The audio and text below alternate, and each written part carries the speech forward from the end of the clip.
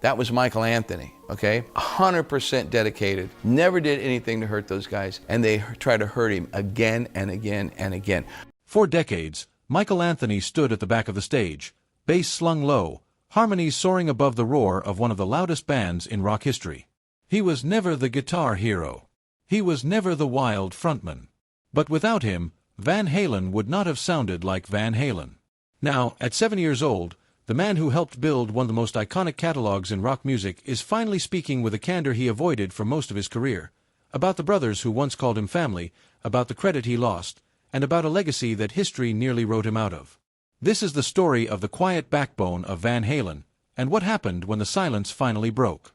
Michael Anthony Sobolewski was born in Chicago in 1954, the son of a machinist father who moonlighted as a trumpet player in local bands. Music was never a hobby in the Sobolewski household. It was simply how the family understood the world. Young Michael grew up watching his father rehearse, listening to brass lines fill the house, and absorbing an idea that would define his own career decades later, that a band is only as strong as the players nobody notices. When the family relocated to Southern California, Michael found himself drawn away from the trumpet and toward something louder. By his early teens, he had picked up the bass guitar, partly because every other kid in his neighborhood wanted to be a guitarist or drummer, and partly because the low end fascinated him. He idolized Jack Bruce of Cream and John Paul Jones of Led Zeppelin, bassists who proved that the instrument could be melodic and thunderous at once.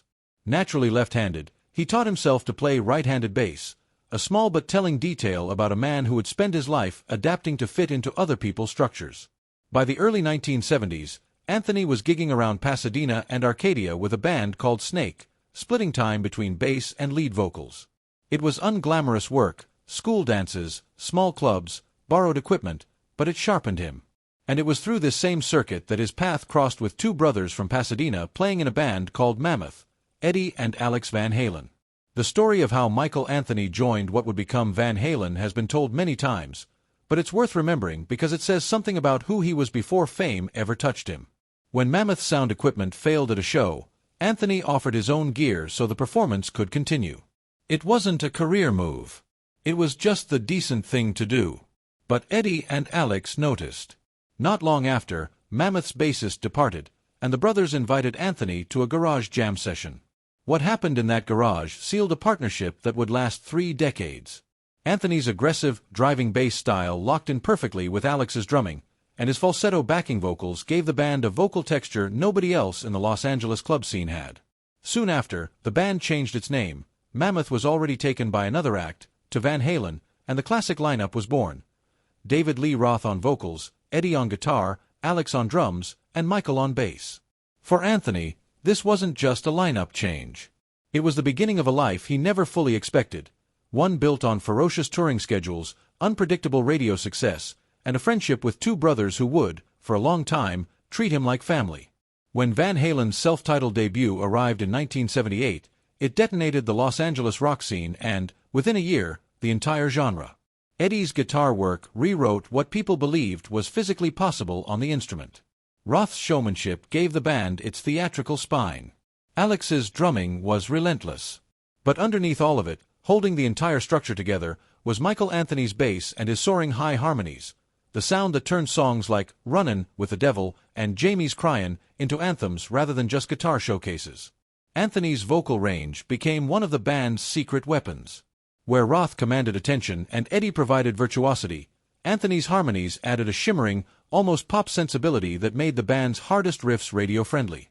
Producers and engineers who worked with the band during this era have long noted that Anthony's backing vocals were recorded meticulously, often requiring dozens of takes to get the blend exactly right, a level of discipline that rarely made it into the mythology of a band famous for chaos. Offstage, Anthony developed a reputation as the most reliable member of the group. While Roth cultivated his rock star persona and Eddie battled personal struggles that would follow him for years, Anthony showed up, did the work, and avoided the spotlight-seeking behavior that defined so much of the era's rock culture. Former Van Halen manager Noel Monk, who chronicled the band's early years in his memoir, described Anthony as the most professional and dependable member of the group, a peacekeeper in a lineup that desperately needed one. That professionalism, though, would eventually be used against him. By 1984, Van Halen had become a commercial juggernaut. The album simply titled 1984 produced era-defining hits, Jump, Panama, hot for teacher, and turned the band into one of the biggest acts on the planet. But according to Noel Monk's later account, it was during this same triumphant period that Anthony's standing within the band quietly and permanently changed. Monk described a moment backstage, hours before a show, when Anthony was presented with new contractual paperwork. The other three members were reportedly present as he signed it. The terms, according to Monk's account, effectively ended Anthony's stake in songwriting credits and reduced his position from full creative partner to salaried performer, retroactively applying to material already released, including songs on 1984 itself.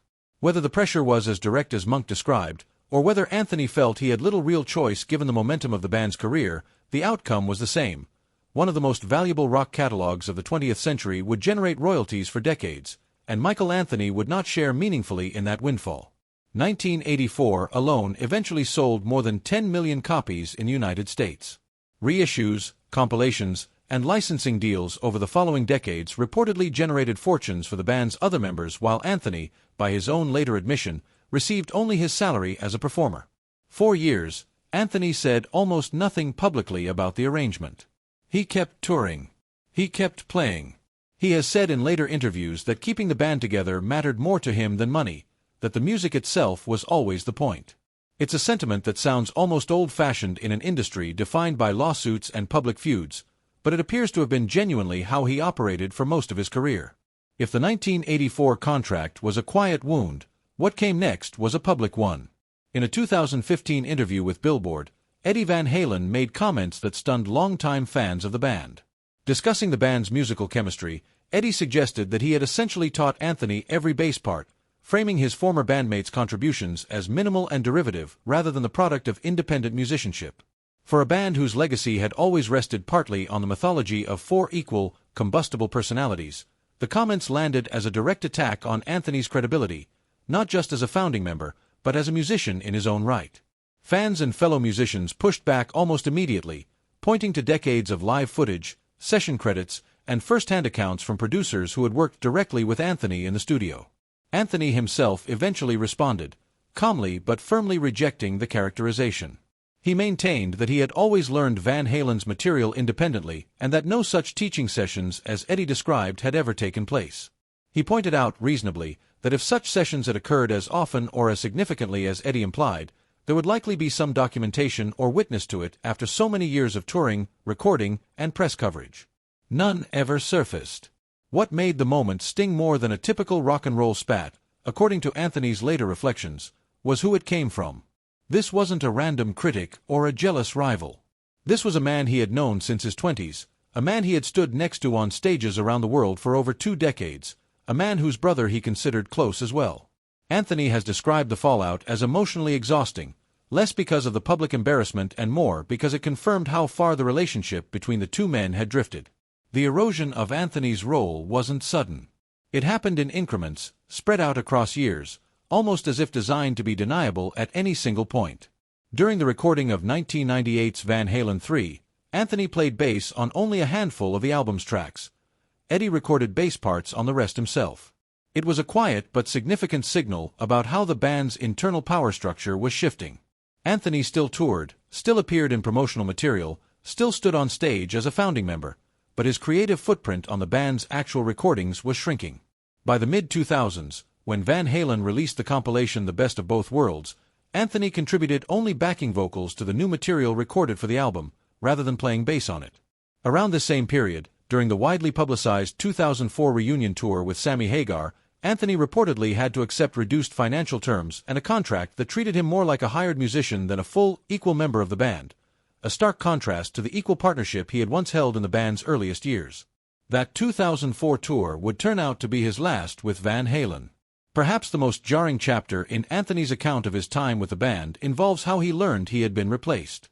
In 2006, Eddie Van Halen decided that his teenage son, Wolfgang, would take over on bass, ending Anthony's 28-year run in the group. According to Anthony's own later interviews, he did not receive a direct phone call or in-person conversation informing him of this decision. Instead, he learned about it largely through news coverage and fan speculation circulating online. For a musician who had spent nearly 3 decades helping build the band from garage rehearsals to arena tours, discovering his own dismissal secondhand through the internet was, by his account, one of the most painful moments of his professional life. It wasn't just the loss of the job. It was the absence of basic acknowledgement, a conversation, a call, anything that recognized what he had contributed. He has since said that after everything the band had been through together, he expected at least that much. Rather than retreating from music, Anthony rebuilt. He reconnected with Sammy Hagar, and their creative partnership, first forged during Van Halen's Van Hagar years, proved remarkably durable outside the band that once employed them both. Together they launched the other half in 2005, a touring act built around Van Halen material from both the Roth and Hagar eras, giving fans a chance to hear the songs performed by two of the musicians who helped create them. In 2008, Anthony and Hagar formed Chickenfoot alongside guitarist Joe Satriani and Red Hot Chili Peppers drummer Chad Smith. The band's self-titled debut cracked the top 10 of the Billboard 200, proof that Anthony's musicianship translated well beyond the shadow of his old band. A second album, Chickenfoot 3, followed in 2011, reinforcing that the group was more than a nostalgia act. By 2014, Anthony and Hagar had formed yet another project, Sammy Hagar and the Circle, rounded out by guitarist Vic Johnson and drummer Jason Bonham. The band built its sets around a mix of Van Halen, Led Zeppelin, Montrose, and Hagar's solo catalog, and even released original material, including the album Space Between, which reached number 4 on the Billboard 200 in 2019.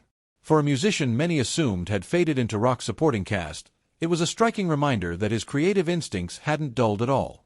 Eddie Van Halen's death in October 2020 reopened old wounds and, briefly, sparked hope for a form of closure. In the years that followed, talk circulated of a possible tribute or reunion tour honoring Eddie's legacy, with Alex Van Halen reportedly reaching out to former collaborators, including Anthony and David Lee Roth. Joe Satriani was floated as a potential guitarist for such a project, and by most accounts, Anthony's involvement was seen as essential to any credible tribute. The plans ultimately collapsed. Reports pointed to friction with Roth over how such a tribute should be framed, along with Alex Van Halen's declining health following a reported back injury in 2022 that made a physically demanding tour increasingly unrealistic.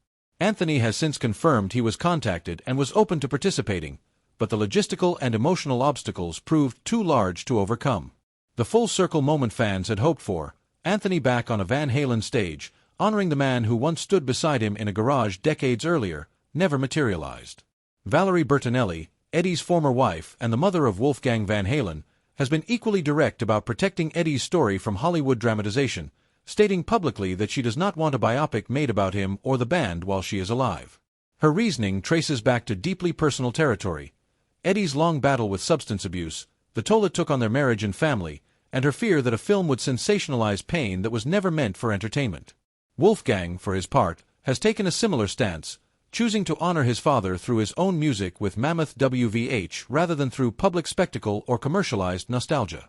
He has spoken candidly about the pressure of carrying his father's name, and about his frustration with fans who reduce Van Halen's legacy to arguments over classic lineups rather than appreciating the music and the people behind it. According to Wolfgang, there remains a substantial archive of unreleased Van Halen recordings, a detail confirmed publicly by family friend and Toto guitarist Steve Lukather, but any future release, he has stressed, would only happen with extreme care and the family's full blessing. That, more than any single contract dispute or public jab, may be the real story here.